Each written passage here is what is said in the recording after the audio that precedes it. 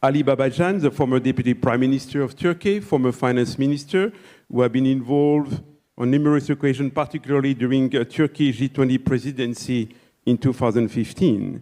Let me now call on Ali Babacan. I forgot to mention that Ali was also former Minister of Foreign Affairs. This is important because we are talking more and more not only about economics, but also about geopolitics. Turkey is actually a member of G20, and G20 was something which we were expecting quite a lot, because we had representation of all the continents, we had the representation of developed countries and developing countries, and also international institutions were around the table, like the IMF, World Bank, even African Union, European Union as well. Although we had high expectations about this setup, unfortunately, it didn't produce the results that the world was expecting, or at least most of us were expecting. So there is definitely a need now for new thinking about how multilateralism will work in terms of fora. It is definitely a difficult time for many countries across the world. There are energy price shocks affecting all of us. Climate change and financing the climate change is a big challenge. There are natural disasters more and more happening due to climate change or natural disasters like earthquakes. And also, regional geopolitics have become a real challenge in more and more parts of the world. Now, and meanwhile, there is an inevitable evolution taking place in the international monetary system. As of now, we don't know yet how this evolution will reach, how this evolution will finally shape up the system. For middle powers like Turkey, the priority is, of course, financial stability, trade fluidity, and also accessing liquidity in times of emergencies. And at this point, I would like to emphasize 3 points. The first point is trust. And now we are observing more and more cases of weaponizing of financial instruments. And this is eroding trust very fast. So when we are observing some countries which are being limited in order to access their reserves, or when we are observing the limitation in terms of transactions, and especially when these decisions are being taken unilaterally by just one country, then the level of concern is higher and higher, and the trust is eroding. We have to have predictable rules about what needs to be done. There has to be more of a multilateral mechanism which will decide on limitations of reach to reserves or limitations of transactions. We have to have norms like using proportionality, or there has to be a multilateral review before these sanctions are being implemented. And also using the sanctions as a last resort maybe should be the rule. And if there is going to be a sanction, this has to be decided by United Nations Security Council or a similar mechanism which has the power and the legitimacy to do it. So trust is very important, and this is eroding very, very fast. The second point which I want to emphasize is inclusivity. Many international institutions, including the Bretton Woods, share of voice has never been democratic or has never been just, meaning that we have to have countries having their share of voice represented at the international institutions, so that whatever these international institutions decide should have global or regional legitimacy. So inclusivity in terms of making decisions in international financial institutions is very, very important subject. And also another aspect of inclusivity is reaching to liquidity. So access to liquidity should be a global public good, not and privilege. So there are already some work, especially within the IMF, about pre-qualifying countries for criteria, so that if there is an emergency, the liquidity is provided at a very fast speed. So in terms of inclusivity, share of voice, and also reaching to liquidity in cases of emergencies, I think very, very important to work on. And the last and the third point which I want to emphasize is interoperability, meaning that we are already in an era of multiple systems. There is no conductor now in the system. And what should be the goal?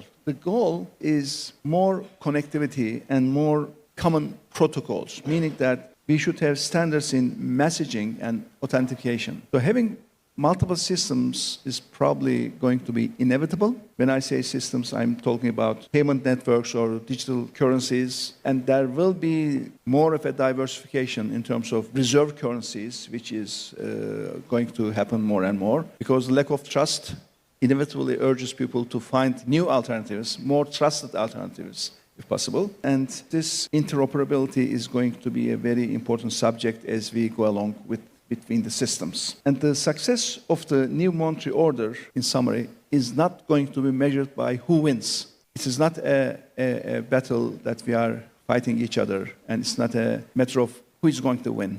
It is about going to be, the success is going to be measured by how trustworthy, how inclusive, and how interoperable the system is finally. So for highly connected economies like Turkey, the objective is not chaotic decoupling. The objective is managed competition and shared rules. Otherwise, we could find ourselves in much more difficult situations.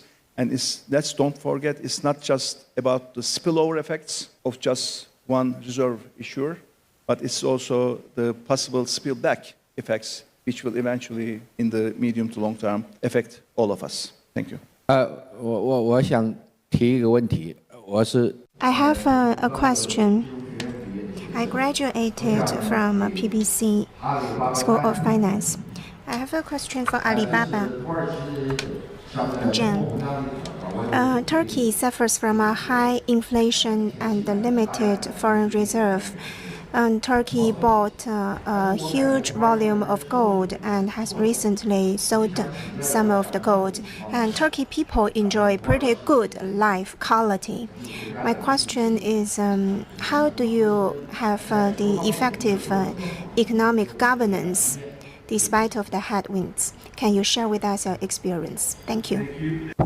Well, I will combine the two subjects which you asked to me and the question which came from the floor. Maybe starting with multilateral arrangements, like multilateral platforms like G20. Well, since Mark specifically asked about G20, I think the good thing about G20 is it is representative enough, but also it is small enough to have an interactive dialogue. In large tables, in large multilateral institutions, it is very difficult to have a true dialogue mechanism because the numbers just don't allow. People just make statements and leave. But the G20 table is small enough to make an interactive, productive conversation. But what is lacking is, more and more, some countries have been pursuing after their unilateral goals, political goals, and also economic goals. And this has given some kind of damage to it. It's not functioning well now. But before G20, I think what is most urgently needed is a stable, continuing dialogue mechanism between US and China. Because when we look at financial issues, US and China has to talk. When we look at technology, especially things like regulation of AI, US and China should talk. When we talk about geopolitics, whether it happens in this part of the world, whether it happens in another part of the world, it seems that US and China talk. And US and China talking Iran in Beijing means that they have to talk now on many geopolitical issues. So there has to be direct communication lines and stable communication and dialogue mechanisms between these two countries so that other multinational fora can function more efficiently and effectively. And the question about Turkey specifically, yes, there are recently more and more issues about the economy, but those issues are not so difficult to fix. Because what happened with Turkey is now we have a very large international production base. Also, Turkey is one of the most connected countries around the world. After US and China, we are number 3 in terms of number of embassies and consul generals around the world. Turkish Airlines is number 1 in the world when it comes to number of countries that they fly, like more than 120 countries now they fly to.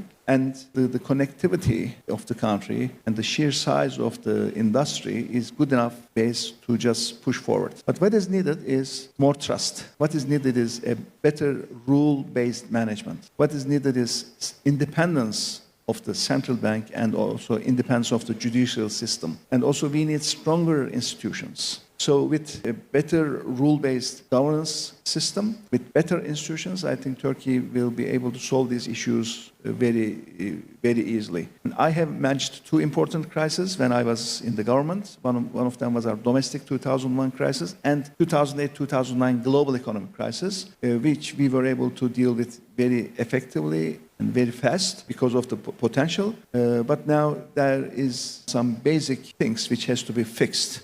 So we need a more predictable fiscal policy by a fiscal rule. We need our central bank independent, and also we just need to do more reforms, structural reforms to rehabilitate problematic areas. But the thing is, after so many years in government, the current government, which I was once in, is showing some signs of fatigue, and so there is a need for revitalization. So the fatigue era should end and a revitalization era should start at one point, and then the problems will be solved in a very fast and effective way. DEVA geliyor.